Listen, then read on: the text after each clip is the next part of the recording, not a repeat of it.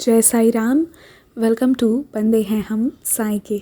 बाबा की कृपा से मैं आज आपको एक बहुत प्यारी लीला सुनाऊंगी, बट उससे पहले आज मैं सभी डिवोटीज़ को बहुत सारा थैंक यू करना चाहती हूँ जो इतना इम्पोर्टेंट शेड्यूल में से टाइम निकालते हैं और अपने अपने एक्सपीरियंसेस शेयर करते हैं। क्योंकि मैं ये एक्सपीरियंसेस पढ़ती हूँ ना, हर एक लीला इतनी प्यारी है। कोई प्रोफेशनल फील्ड में बाबा हेल्प करते हैं तो किसी को बीमारी से बचाते हैं, किसी को किसी डेंजर से बचाते हैं। मतलब इतनी सारी लीलाएं आती है ना, जो मतलब एक बात तो हमें बिल्कुल समझा देती हैं कि बाबा is there in each and every aspect of our lives, no matter what it is, and that बाबा is taking good care of us.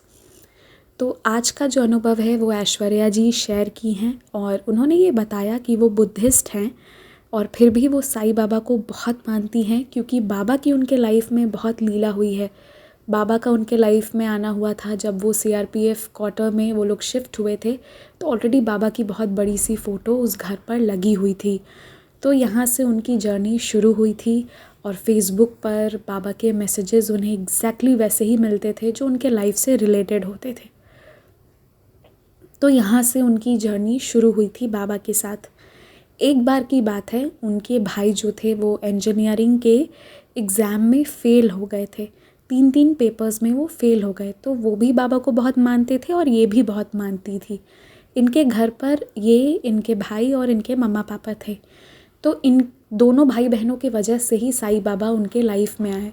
Although they are Buddhist, but फिर भी वो बाबा को मानना शुरू कर दिए, क्योंकि ये दोनों बच्चों को इनके डे टू डे लाइफ से जुड़े हुए मैसेजेस मिलने लगे थे और ये दोनों बाबा को बहुत मानते थे एंड अल्टीमेटली पूरा घर मानता था। देखिए, बाबा के लिए कोई रिलीजन कोई मैटर नहीं रखता, बट मैं बस आप लोगों को ऐसे बता रही हूँ कि ये सोचिए कि बाबा किसी के भी लाइफ में कोई कुछ भी फॉलो करता हो, कुछ भी हो, जिसको बाबा को आशीर्वाद देना होता है बाबा उसके पास आ ही जाते हैं। तो इन लोगों के केस में क्या हुआ कि इनके भाई जो थे, जब वो 3 पेपर में फ़ेल हो गए इंजीनियरिंग के, तो उन्होंने बाबा से उन्हें बहुत नाराज़गी हो गई। ये लोग 4th फ्लोर पे रहते थे और 2nd फ्लोर पर एक आंटी जो हैं उन्होंने कोई पूजा करी थी, तो साईं बाबा का प्रसाद जो है इन लोगों को लाकर दी। तो इनके भाई जो हैं वो खाने से मना कर दिए, बोले कि जब बाबा मुझे पास करवा ही नहीं सकते हैं, वो मेरी हेल्प करते ही नहीं हैं, तो मुझे नहीं खाना प्रसाद, ठीक है। और इनके भाई का बाबा से बहुत झगड़ा चल रहा था, मन में बहुत मतलब बाबा को लेके नेगेटिव फीलिंग्स थी एंड वो तैयार ही नहीं हो रहे थे प्रसाद खाने को। सबने बहुत ज़िद किया, बोला प्लीज़ ले लो, बाबा का प्रसाद है, ऐसे ना नहीं करते, बट वो तैयार ही नहीं थे। उनका बाबा को लेके मन में बहुत नफ़रत आ गया था।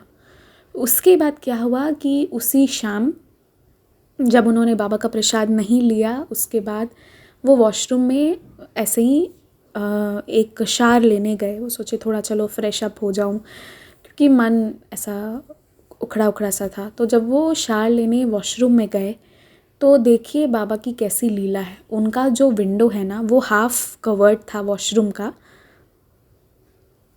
और थोड़ा सा उसमें स्पेस था। वो क्या देखते हैं कि वहाँ से एक सांप जो है वो अंदर आने की कोशिश कर रहा है।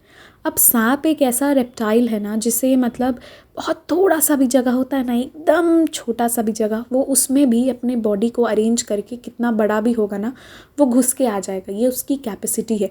और वहाँ उसको पूरा आधा विंडो मिला हुआ था, वो फिर भी अंदर आने के लिए स्ट्रगल कर रहा था। ऐसा लग रहा था ना बाहर से किसी ने उसे पकड़ रखा है और वो अंदर नहीं आ पा रहा है। वो रेड एंड ब्लैक कलर का बहुत पैटर्न वाला स्नेक था, और जो पैटर्न वाले स्नेक्स होते हैं ना, वो और भी ज़्यादा डेंजरस होते हैं, ऐसा मैंने सुना है। तो खैर जो भी था भैया, था तो सांप ही वो। तो अब ये इनके जो भाई थे वो देखे एकदम से, तो वो जल्दी से बाहर निकल कर आए और वो लोग ये देखते रहे कि वो जो स्नेक है ना, वो अंदर नहीं आ पा रहा था। वो अंदर आके नुकसान कैसे करता। वो बाबा का घर था। घर हम ज़रूर बनाते हैं, पर एक बार बाबा जब आ जाते हैं ना, एक बार बाबा विराजित हो जाते हैं ना, तो भले ही पेपर्स में वो घर हम ओन करते हो, पर वो बाबा का घर हो जाता है।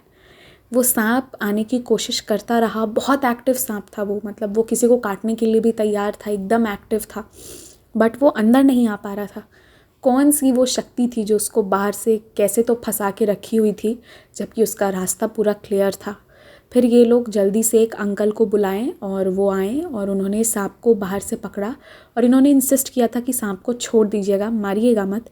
बट क्योंकि वो इतना एक्टिव था, वो उस वक्त किसी को भी काटने के लिए तैयार था, तो बस इसीलिए उसे मारना पड़ा। ये भी बाबा की इच्छा रही होगी कि उस सांप का वध करना पड़ा।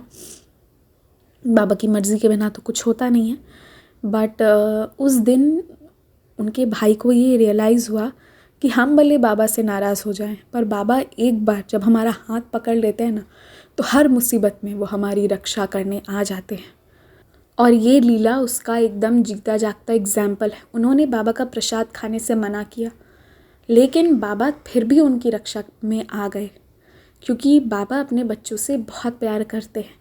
और कभी कभी हमारे मन के हिसाब से चीज़ें नहीं होती है तो रूठना मनाना चलता रहता है। बाबा को भी पता है अगर हम बाबा से नाराज़ होते हैं तो बाबा भी हमें मना लेते हैं किसी ना किसी तरीके से। तो ये बस बाबा की लीला है। और जो सच्चे मन से ना बाबा से झगड़ा भी करता है ना, तो बाबा भी उसका बुरा नहीं मानते हैं। इन्होंने लड़ाई भी की तो क्या किया, बड़े दिल से किया, पूरे हक से किया, बाबा पे हक जताया। तो बाबा तो इसी भाव के प्यारे हैं कि हम बाबा से प्यार करें। जो प्यार करता है साईं उसके हो जाते हैं। तो बस यही था आज का एक्सपीरियंस। आप लोग भी अपने एक्सपीरियंस ज़रूर शेयर कीजिएगा और मेरे से आप लोग जुड़कर अपने अनुभव इंस्टाग्राम या ईमेल आईडी के थ्रू कर सकते हैं। ईमेल का जो पूरा स्पेलिंग है उसको प्लीज़ ध्यान से लिखिएगा, किसी किसी का इनवैलिड शो करता है, क्योंकि बंदे हैं हम में डबल ए है। तो जो लोग अपने मन से ऊपर से पढ़ते हैं ईमेल तो वो गड़बड़ हो जाता है। तो ध्यान से पढ़ के शेयर कीजिएगा और अपने अनुभव ज़रूर शेयर कीजिए। ओम साई राम, स्टे ब्लेस्ड। और मैं वेट करूँगी आप सबके एक्सपीरियंसेस का।